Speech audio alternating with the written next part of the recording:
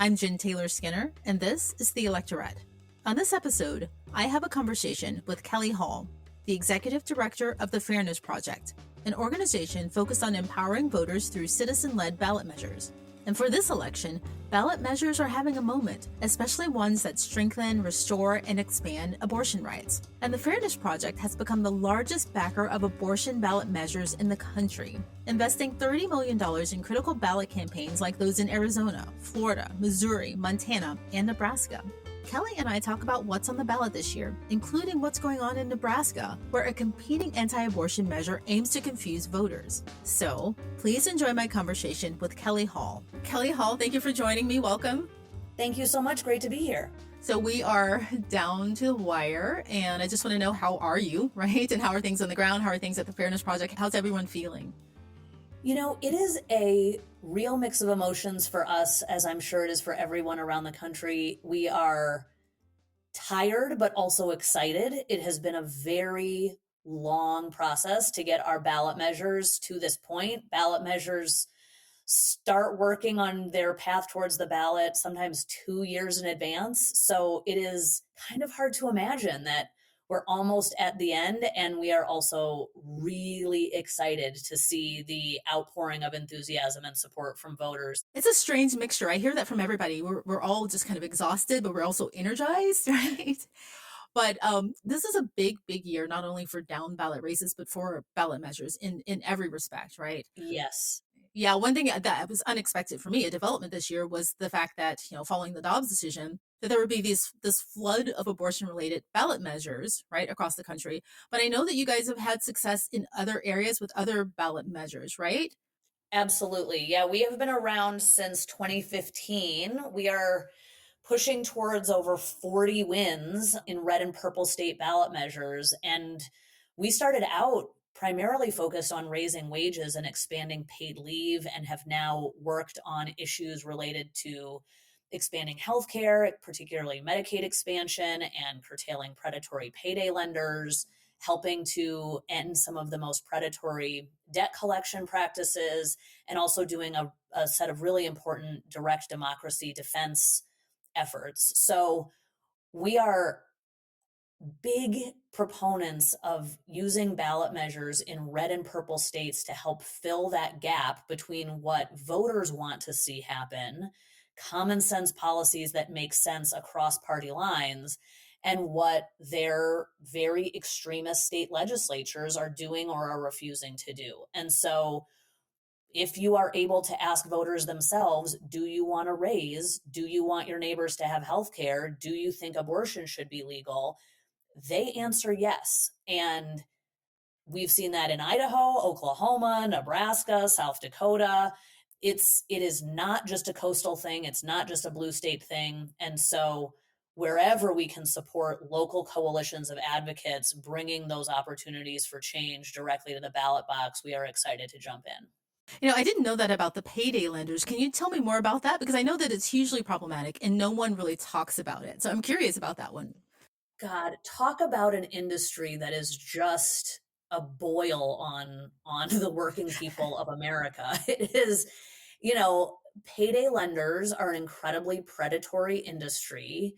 They do offer sometimes a necessary lifeline for low income folks trying to make it from paycheck to paycheck, but they charge sometimes 400% interest rates. And that just traps people in a cycle of debt and not being able to get out of that debt, losing their homes, losing their cars, losing their means of getting out of poverty. And so we have been able to bring forward ballot measures that say, we're not putting this industry out of business, but we are going to cap the interest rates that you can charge closer to what credit card companies can charge. You can't charge over 400% interest rates that are just impossible for people to repay. And the industry yells and screams and gnashes their teeth and rends their garments and say this is going to be the end of the world.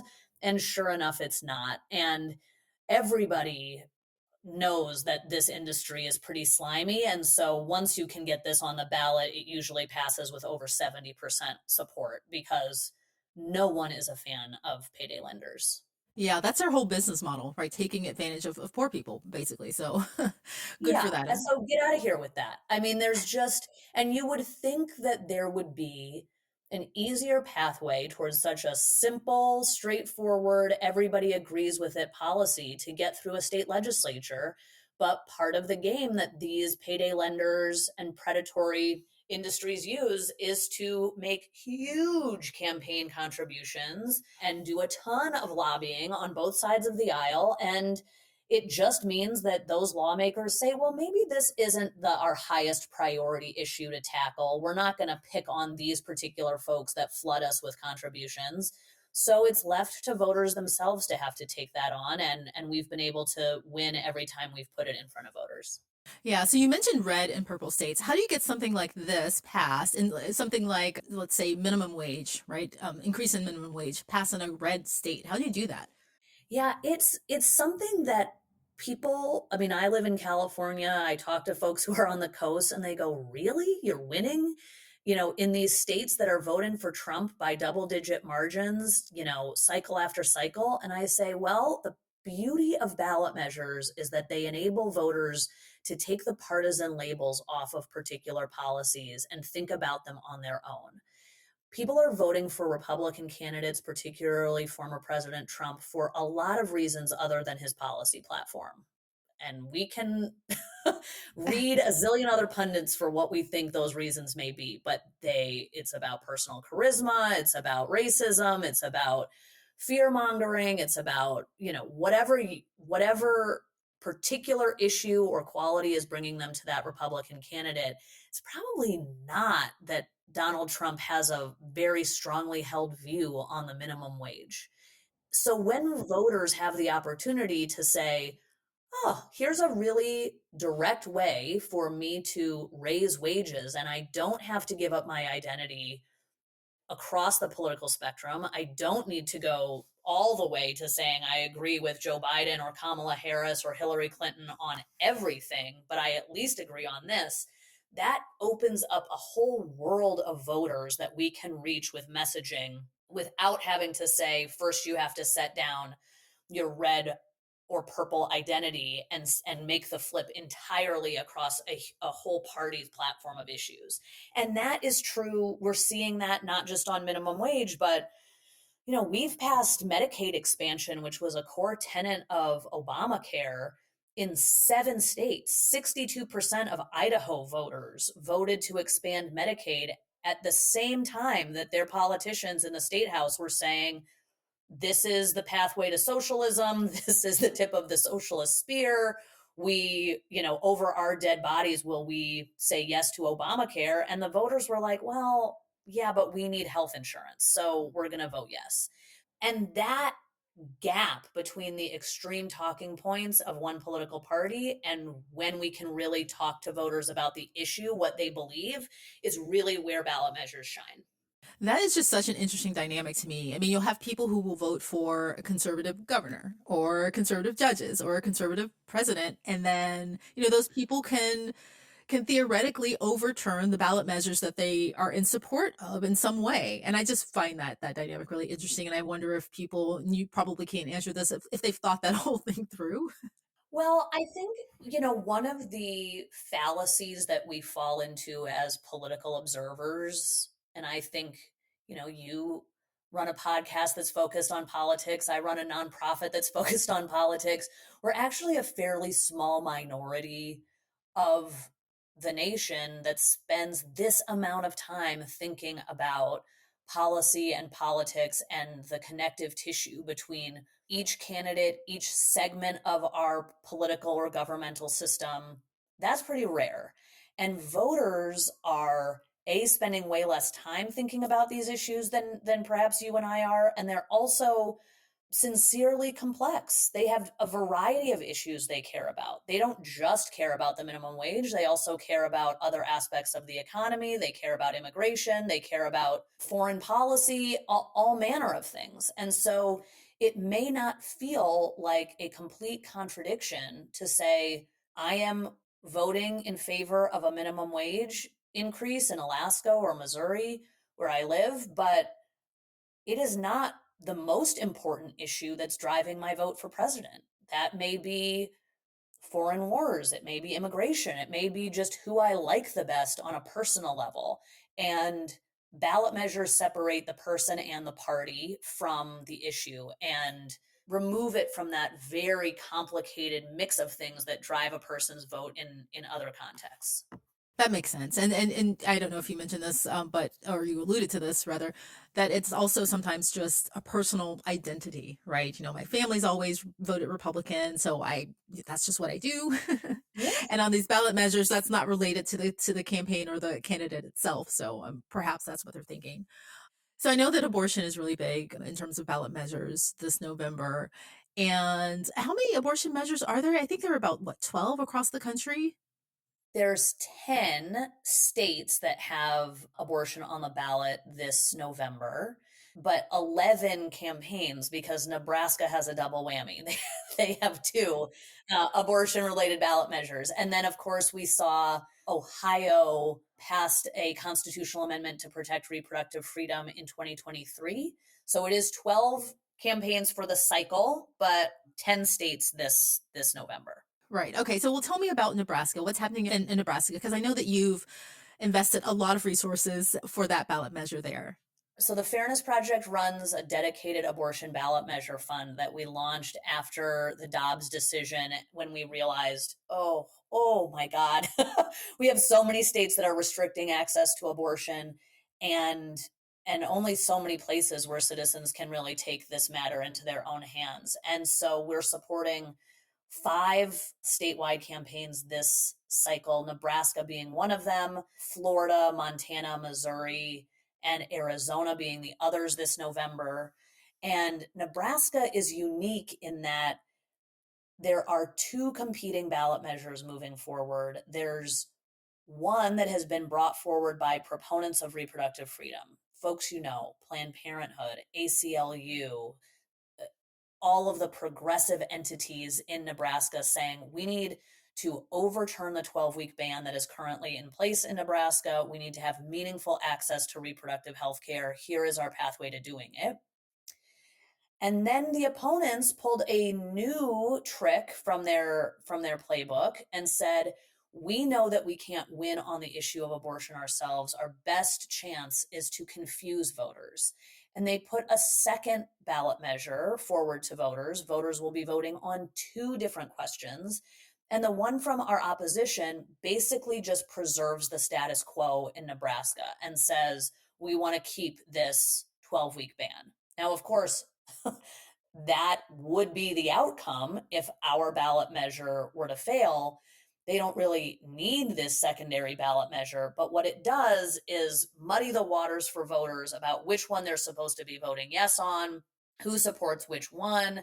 They are trying to mimic the messaging and style of the ads that we are running just to sow confusion for voters. So it is really a disingenuous confusion tactic, and it will be close. You know, Nebraska is a very highly sought after political market. There's a high profile US Senate race there. There's the contested electoral vote in Nebraska at the presidential level. And so there is a lot of conversation on the airwaves in Nebraska, and it's incumbent upon us to help voters see through that and make sure that they know where to vote yes and where to vote no. That's so fascinating and tricky. I don't live in Nebraska, but I kind of want to see what this looks like on the ballot. So you have these 2 separate ballot measures. They're competing, right? And is it possible for one voter to cast contradictory votes for each one? Do you know what I mean? Like, let's say I as a voter want to vote in support of abortion, and I say yes to that measure, but then I accidentally, because the messaging is unclear, vote yes to the measure that restricts abortion. Is that possible? Absolutely. I mean, the measure that we are supporting in Nebraska is number 439. That's, if you are listening in Nebraska, vote yes on 439, vote no on 434. But Uh, if you turn off this podcast and you think, God, which one was I supposed to vote yes on? Those are 2 very similar sounding things. They look similar. A 4 and a 9 are easy to confuse. And so it's possible that voters who know their own minds on abortion, know their values on abortion, want to support reproductive freedom, could vote yes on both. They could vote no on both. And so it's requiring a lot of nuanced communication. It's requiring a lot of work from trusted messengers. It's not just the messages that go out on TV, but messengers saying, vote yes on 439. Whatever else you do, vote yes for reproductive freedom. And we also encourage you to vote no for 434. So, it will be tricky for voters, but the voters of Nebraska know that they support having legal abortion access in their state. That is absolutely a clear value that is held there. And so we are very confident that the smart people of Nebraska will see their way through this trick and vote to protect abortion rights. Yeah, Nebraska, you've got this. You've got this, Nebraska. Yes on 439.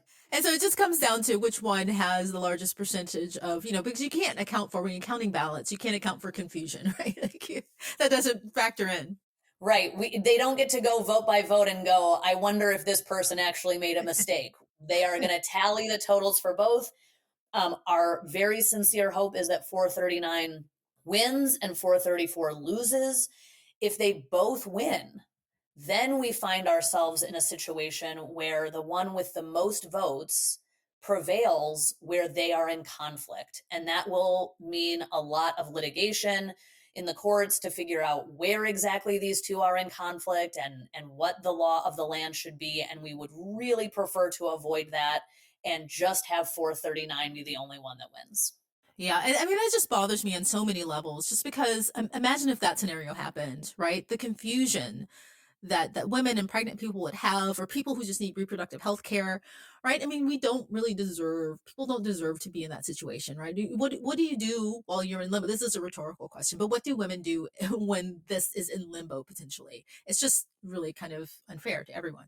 Oh, it's awful. And it's not unique to Nebraska. I mean, one of the major headlines that we saw play out in another one of our states, Arizona, was that when the Dobbs decision was decided, there was both a 15-week ban that went into effect in Arizona as a trigger law, but then also an 1864 total abortion ban that was still on the books from the pre-Civil War era. And it was unclear which of these was going to prevail. And over the course of the campaign for our ballot measure establishing a fundamental right to have an abortion, there was a court decision that reinstated that 1864 ban. Then the legislature temporarily put it on hold. Then there was legal limbo. Then, it was back and forth and back and forth. How are women seeking care supposed to be able to keep track of all of that? How are providers supposed to know where they stand? I think the folks in Arizona have been through so much uncertainty that one of the powers of ballot measures and a clear constitutional amendment is just to say this should not be a political football anymore. We are going to clearly spell this out in our Constitution so that there's zero ambiguity, so that we know for sure that no matter who's in charge of the legislature or who's governor or who's the attorney general, that we've got this right to fall back on, and it's crystal clear. And it has not been crystal clear in far too many places since the fall of Roe. Yeah, I mean, that's the thing that I love about ballot measures and this whole process is that oftentimes, and you can clear this up for me, oftentimes you can amend the Constitution in a state, right? Is that Yes. in all cases or just some cases? So all of the places where you see abortion moving forward on the ballot this year, they are constitutional amendments. And that means that they stand above whatever a legislature or a governor would do, in the same way that the US Constitution governs the bounds of what laws Congress can pass and what the executive, the president, can do.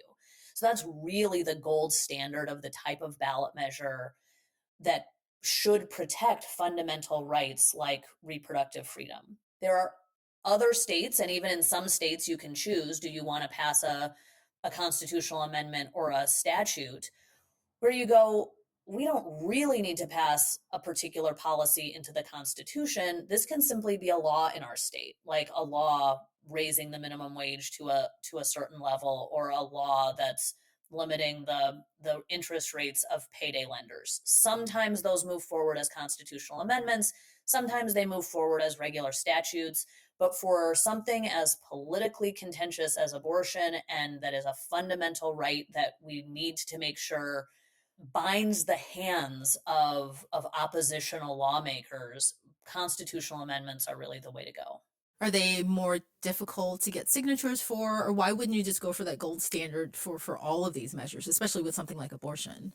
You have to collect far more signatures and in some cases overcome additional qualification hurdles to qualify something for the ballot if you want it to be a constitutional amendment. So, as the leader of an organization that does all ballot measures all the time, I almost always prefer that we are able to pursue constitutional amendments, but there are some states where that's just not a part of their process. We were able to expand Medicaid in Utah and in Idaho to hundreds of thousands of people, even though those states don't allow for constitutional amendment ballot measures. You can only pass statutes there. So, where that's the tool in the toolbox, let's use it and let's do as much good as we can. And on that issue, the support from the electorate was so overwhelming that the legislatures implemented those laws, and we've seen enormous good. So there are situations where that's the right thing to do, and we don't need to be totally purist about it only being constitutional amendments. But where we have the option, especially on abortion rights, you'll see us prefer constitutional amendments every single time. Yeah, that's actually such an excellent point because here in my state we have ballot measures, right? And once the constituency, the voters get used to living under new laws, made by ballot measures, it's hard to take those away, right? New rights, right? Especially, let's say, payday lending, for instance, or expanded healthcare. Once voters and citizens of that state get used to these new conditions, it's hard to get them to vote against them again. Absolutely. And I think, there's such a linear relationship between voting for a ballot measure and seeing immediate change that voters get very attached to. I voted myself a raise, I voted for expanded healthcare, I voted for abortion rights, and that's my expectation. It's a little bit different than when you vote for a candidate and you have to hope that no matter what policy platform they ran on, you have to hope they win, that then they're in a majority, then that there's, an agreeable governor or president who's not going to veto whatever they pass. You have to hope that they pick your issue that you voted on their agenda to advance. There's a lot of steps there that sometimes disconnect voters from how they voted for a candidate to ultimately what goes into effect as a law sometimes years later. That's not the case with ballot measures. If you vote for a raise in November, wages are going up in January. And so that's a much tighter feedback loop for direct democracy, and it makes it much harder to go against the will of voters, even if legislators technically have the power to, because voters know what they voted for, they know what their expectations are, and they don't want to see themselves undermined. I would love to, as a person who lives in a state where we've had ballot measures for a while now, I would love to see that rolled out across this process rolled out across all 50 states. What are things like on the ground? What's the scale of enthusiasm for these ballot measures? Just, I know you have your ear to the ground at the Fairness Project. Tell me what things are like out there. Sure. I mean, I'm always a ballot measure enthusiast, so I sometimes vote my ballot in reverse when I go into the voting booth, but we are seeing enthusiasm for ballot measures at a scale like we have never seen before, because there has been so much pent up sense of powerlessness and helplessness in the wake of the Dobbs decision, that voters from Arizona to Florida to Montana to Missouri finally feel like they can take the power back and say, politicians will not take my rights away. And so we have seen people collecting signatures in record numbers to qualify these ballot measures. We have seen the largest, most diverse coalitions ever in support of ballot measures around these abortion initiatives. And we have seen even folks from all corners of the country who may not have a ballot measure in their state opening up their pocketbooks and donating $5, $10, $20 to power these wins. Our abortion ballot measure fund has put over $30 million into these campaigns across the country. And that's coming from labor unions and regular people. We are not, just a front for a single billionaire. We are out here really empowering people who say, I cannot live in a country where my fellow Americans are denied their rights, where there's a total abortion ban anywhere, are all rallying together to say, we can get this done. The power is in our hands. Let's do everything from donating to collecting signatures to knocking on doors to voting to make sure we get over the finish line. And it's absolutely a privilege to be a part of it. Yeah, I mean, it really is the epitome of democracy, right? Citizens taking, their own lives into their own hands, right? And making laws that shape their lives for good, right? And I can imagine that there's just probably more energy and enthusiasm behind getting those passed than, even candidates on the ticket, because it's something that the citizens themselves have decided. Absolutely. I couldn't have said it better myself. So what do you need from people between now and, next week, for success for these ballot initiatives? Please vote. Please, please, please vote your whole ballot. So there are ballot measures on abortion, on minimum wage, on paid sick leave, on, we've talked about those issues, but there's a zillion issues on people's ballots this year. And often folks go, I know who I'm voting for president. All of the rest of this seems pretty confusing. Please take the time to vote your entire ballot. So much work and effort and energy has gone into putting these questions on your ballot, and they have such enormous real world consequences for you, the people you love, your entire community. So that's the plea, is vote the whole ballot. And if you are interested in seeing other issues like these go on your ballot in the future, please reach out to the Fairness Project, join our email list. We are starting this fall helping advocates across the country figure out what they want to put on the ballot for 2026. And so if you want to see an abortion ballot measure in your state, if you want to see us tackle childcare or healthcare or affordable housing or all sorts of things that are common sense priorities regardless of partisanship, let's do it. Let's put it on the ballot. Reach out to us. We're excited to collaborate. Well, excellent. Well, Kelly Hall, thank you so much for joining me. Thank you for all of your work on the ground there, and, onward. Onward. Thank you so much. Thank you.